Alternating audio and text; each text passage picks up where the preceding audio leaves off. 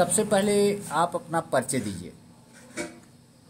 हम पवन सुत मौर्य परसा इमारत के रहने वाले, विधानसभा डुमरियागंज, नगर पंचायत भारतबारी, भारतीय जनता पार्टी के विज्ञान प्रकोष्ठ के जिला अध्यक्ष हूँ।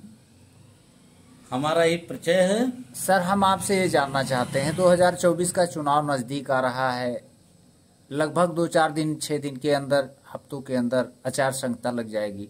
किस तरह की तैयारी आप लोग किए हैं इस बार? देखिए, हम तैयारी जब 2014 में चुनाव जीते जी, तो 2014 से आज तक मेरी तैयारी कभी बंद नहीं हुई जी।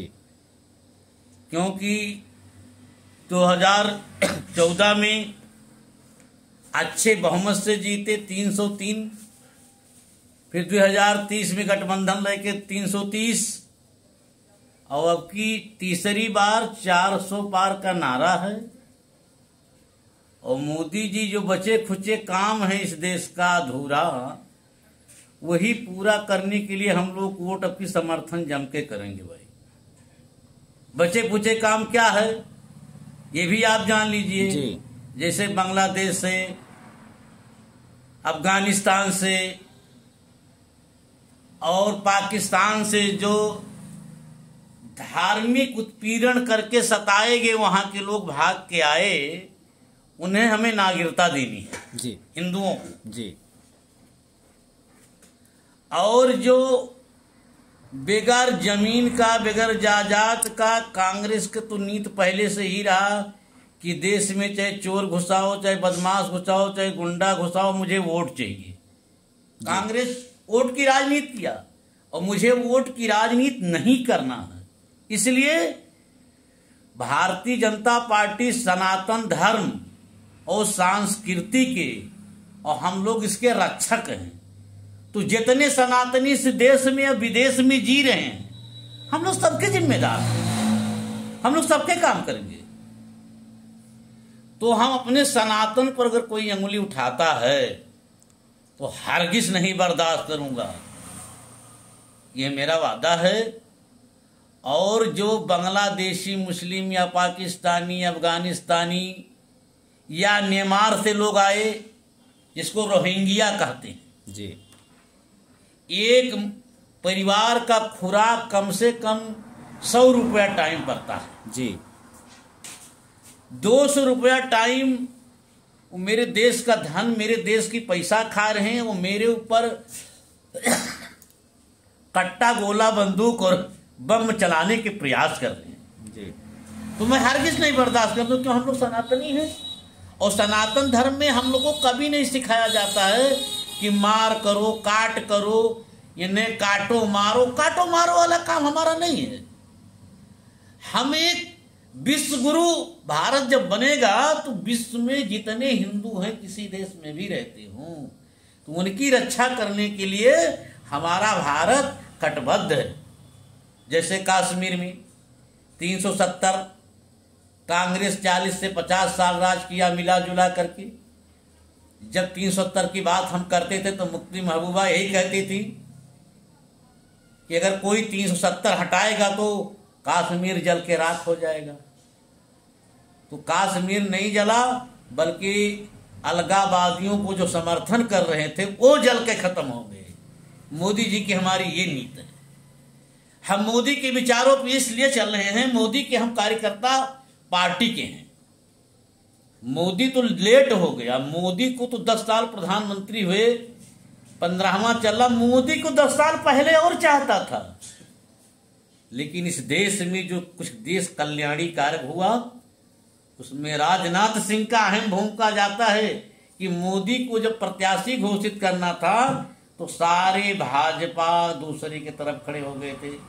उस समय हमारे राजनाथ सिंह अध्यक्ष थे, उन्होंने एक तरफा मोदी को घोषित करके उसके साथ खड़े हो गए। तो कहते हैं कि जो पेड़ लगाए वो सबसे बड़ा बलवान होता है। तो राजनाथ सिंह ने पेड़ लगाया, मोदी को उन्हीं ने लाया और कोई नहीं लाया। अब आज सरकार में है, सत्ता में है, चापलूसी करे अलग विषय है, लेकिन आदरणीय राजनाथ सिंह जैसे एक बार बहुत बढ़िया काम किए किसानों के लिए, किसान क्रेडिट कार्ड लाए, गन्ना पर्ची के लिए कितनी संकट खड़ी होती थी। गन्ना हम बोत रहे, पर्ची दलाल बनवाते रहे, दलाल अपने पर्ची पर सस्ता गन्ना खरीद के अपना गन्ना बेचते थे। लेकिन अब हमारे पर्ची पर अगर कोई गन्ना बेच लेता है तो पैसा मेरे खाते में आएगा, दलालों के 420 नहीं चलती है। यह आदरणीय राजनाथ सिंह ने किया है जी। पंडित अटल बिहारी वाजपेयी, आज ये कांग्रेस के लोग, ममता दीदी, अगाड़ी, एक बंबई में अगाड़ी एक जने आगे हैं, अगाड़ी जिसको कहते हैं, जे बाप के नाव कमाए तो खेत बेच के नाव कमाए, तो वैसे बाला साहेब ठाकुर के पुत्र सपुत्र हैं ये उदय ठाकुरे। अपने दादा नाव एक कमाने, अपने पिताजी के नाम। बाला साहेब ठाकुरे जी कभी लालच नहीं किए। एक बार सरकार इनके रहते हुए आई तो मनोहर जोशी को बिठा दिया, अपना नहीं बैठा, और ये बाप का नाव मिटाने के लिए शरद पवार, कांग्रेस, असली कट्टर हिंदू माने जाती है, सबके साथ समागोज हो गए। इसीलिए आज हम महाराष्ट्र के जो सीएम है, क्या नाम है, सीएम हैं, इसीलिए उनसे नाग शिंदे भाई परचम लहरा दिया। असली शिवसेना का लीडर हिंदुओं का वही है। ये तो बाप का नाम बेच के मिटा दिए, ये भी मिट गए। अब इनको सत्ता में, शासन में नहीं आना है। ये चोरों के साथ चोरी करें और इस चोरी के पैसा से जिए जी। और बाला साहेब ठाकुरे को, माननीय पत्रकार महोदय, हम तो उस दिन का जलवा देख रहे थे, सुन रहे थे, इतनी सलामी हुई, इतनी लोग मिट्टी देने पहुंच गए कि शिवाजी महाराज के बाद अगर महाराष्ट्र में कोई सम्मान पाया तो श्री बाला साहेब ठाकरे जी।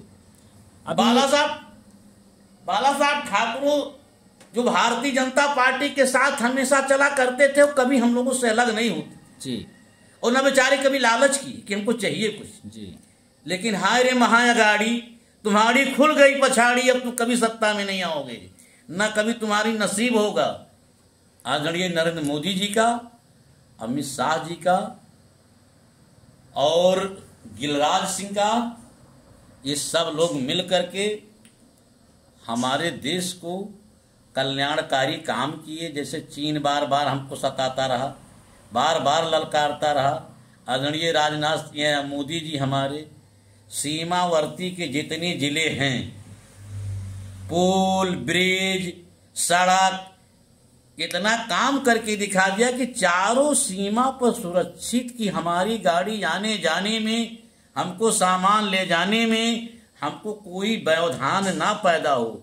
इसीलिए मैं तीसरी बार मोदी जी को समर्पण के साथ और परमादरणीय लोकप्रिय सांसद परमादरणीय जगदम्बिका पाल को अब की बार इनका ये आखिरी चुनाव है, इतने वोटों से जिता दिया जाएगा कि हारने के बाद भी इसका इतिहास कायम रहेगा कि जगदम्बिका पाल आखिरी चुनाव बहुत काफी वोटों से जीता जी। इसी के साथ अपने वाणी को विराम। जय श्री राम, जय श्री राम, जय हिंद, जय भारत।